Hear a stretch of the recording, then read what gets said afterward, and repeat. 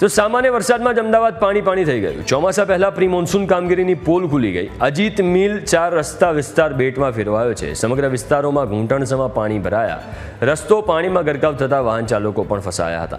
Kankaria yard વિસ્તારમાં પણ પાણી ભરાતા સ્થાનિકો પરેશાન। લાખોના ખર્ચે થતી પ્રી મોન્સૂન કામગીરી પણ પાણીમાં જતી રહી છે।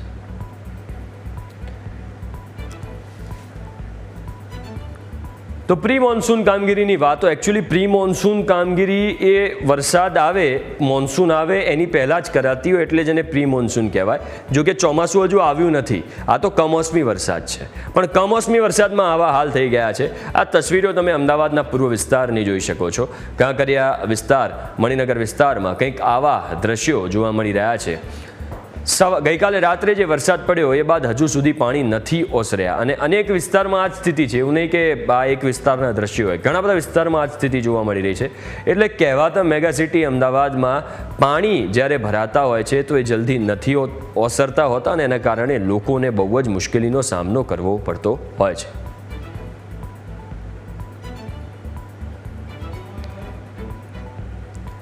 તો ચોમાસા પહેલા પ્રી મોન્સૂન કામગીરીની પોલ ખુલી ગઈ છે। અજીત મિલ 4 રસ્તા વિસ્તાર જે આખો છે એ બેટમાં ફેરવાઈ ગયો છે। આખા વિસ્તારમાં ઘૂંટણસમાં પાણી ભરાઈ ગયા છે અને રસ્તો પાણીમાં ગરકાવ થતાં વાહન ચાલકો પણ ફસાયા। વધુ વિગતો સાથે સંવાદદાતા મિહિર સોલંકી આપણી સાથે લાઈવ જોડાઈ ગયા છે। મિહિર, અમદાવાદના મોટા ભાગના વિસ્તારોમાં આવા દ્રશ્યો જોવા મળતા હોય છે જ્યારે થોડો વધારે વરસાદ વરસે। હજુ તો કમોસમી વરસાદ છે, ચોમાસું આવ્યું નથી ગુજરાતમાં, એટલે કે ચોમાસું આવશે પછી તો મને લાગે છે કે આ જે પ્રી મોન્સૂનના નામે જે ગતકડા કરવામાં આવે છે એમાં જે પાણી ભરાવાની સમસ્યા સર્જાય છે એ હજુ યથાવત રહેવાની છે।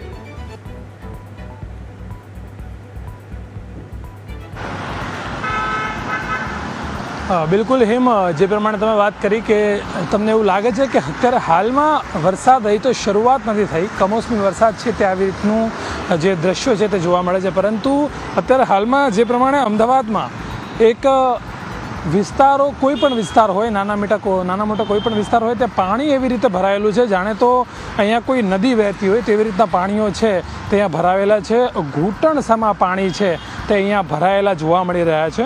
ત્યારે જે પ્રમાણે દર વર્ષે કરોડોના ખર્ચે એએમસી પ્રી મોન્સૂન કામગીરી જે કરતી હોય છે ત્યારે હજી તો મોન્સૂન આવ્યું પણ નથી, હજી ગરમીની ઋતુ ચાલુ છે ત્યારે આ કમોસમી વરસાદ આવ્યો છે અને ત્યારે આવી રીતના દ્રશ્યો જો સામે જોવા મળતા હોય, હું તમે એક દ્રશ્ય એ પણ દેખાડીશ કે ગટર છે તેનું ઢાંકણું તેને ખોલી દેવામાં આવ્યું છે અને આજુબાજુ જે પાઇપ છે, ડ્રેનેજ લાઇનના જે પાઇપ હોય છે તે પણ પડ્યા છે। છતાં એક સવાલ અહીંયા તે પણ છે કે તો પણ છતાં અહીંયા પાણી છે તે ઉતર્યું નથી।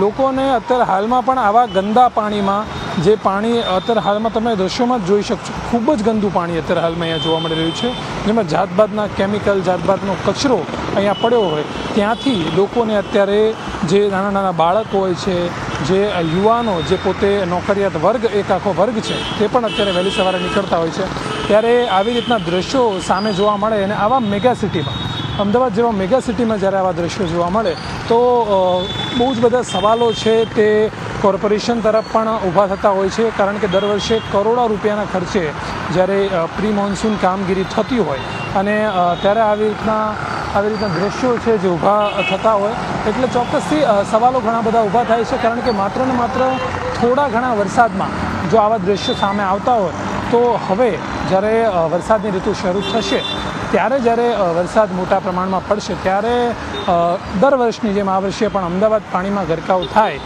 તેવા જો સવાલો કે તેવા જો સમાચાર મળે તો તે ખોટા બિલકુલ નથી, તે બિલકુલ સાચા છે। કારણ કે અત્યારે જ ત્યાં દ્રશ્યો છે તે સામે જોવા મળી રહ્યા છે। બિલકુલ મિહિર, અમદાવાદ આમ તો વિસ્તરી રહ્યું છે અને ઘણા બધા નવા વિસ્તારો અમદાવાદમાં ઉમેરો થયો છે જેમાં ડેવલપમેન્ટ થઈ રહ્યું છે। ત્યાં હજુ પાણી ભરાય તો સમજ્યા કે ચલો હજુ તંત્ર પહોંચી નથી વળતું, પણ આ તો એવા વિસ્તારોમાં પાણી ભરાય છે જે વર્ષોથી ત્યાં લોકો રહે છે। એવા વિસ્તારોમાં પાણી ભરાય છે કે જ્યાં કામગીરી કરવામાં આવે છે તેમ છતાં પણ ખબર નહીં કેમ પાણી ભરાઈ જતા હોય છે। ત્યાંના લોકોની શું સમસ્યા છે, લોકો આજુબાજુ હોય તો એમની જોડે વાત કરવાનો પ્રયાસ કરીએ, જાણવાનો પ્રયાસ કરીએ।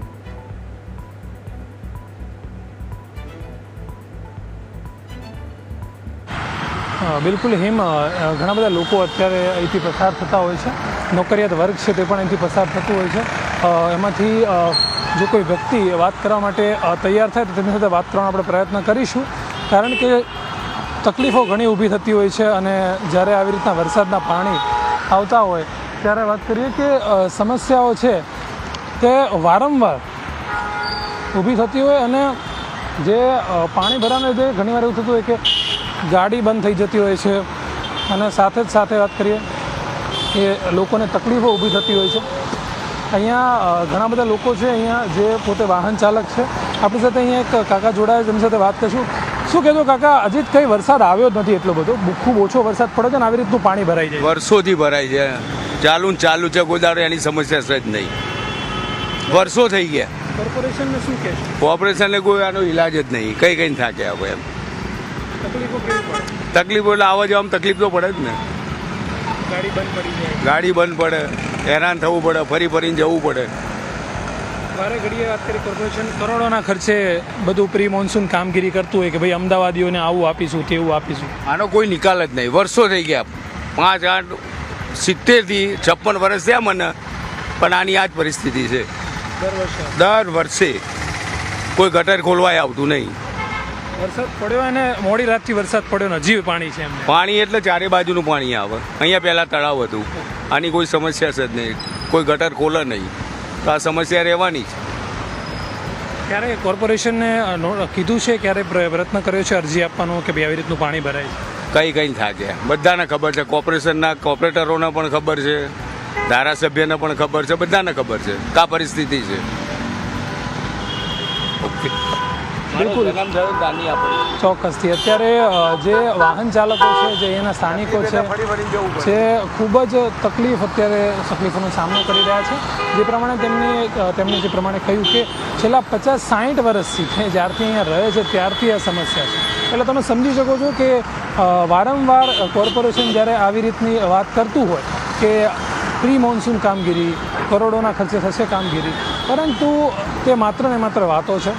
ચોપડે નોંધાય છે, ત્યારબાદ લોકોની સામે એક સમાચાર રૂપે જાય છે, પરંતુ જે છે તેમનું તેમ પડ્યું હોય છે, પાણી તેમનું તેમ રહે છે. લોકો વહેલી સવારે નોકરી માટે નીકળે ત્યારે પહેલાં તો તેમને તે વિચારવું પડતું હોય છે કે રસ્તો કયો લઈશું, કારણ કે ચારેય બાજુ પાણી હોય છે. કોઈ એક બાજુ પાણી હોય, બીજા 3 રસ્તા ખાલી હોય તો લોકો ત્યાંથી જઈ શકે, પરંતુ ચારેય બાજુ પાણી હોય એટલે તે પોતે પણ ક્યારેક વિચાર કરતા હોય કે તમને જવું તો જવું ક્યાંથી. લોકો પોતે નોકરીએ મોડા પહોંચે છે ને પછી ઘણા બધા સવાલો ઊભા થાય છે. અને સ્થાનિકો જે એવું કહેતા હોય કે અમદાવાદ મેગા સિટી છે, પરંતુ ત્યારબાદ કોર્પોરેટરો કોઈ આવે નહીં, કોઈ ધ્યાન ના આપે, ત્યારે આ સવાલો છે તે ખૂબ જ ગંભીર પ્રકારના છે. અને આમાં ક્યારે તેનો ઉકેલ આવશે તે સવાલ છે, તે વર્ષોથી સવાલ જ છે અને હવે પણ આગળ હજી સવાલ જ રહેશે. જી બિલકુલ, આભાર મિહિર વિગતો આપવા માટે અને દ્રશ્યો બતાવવા માટે.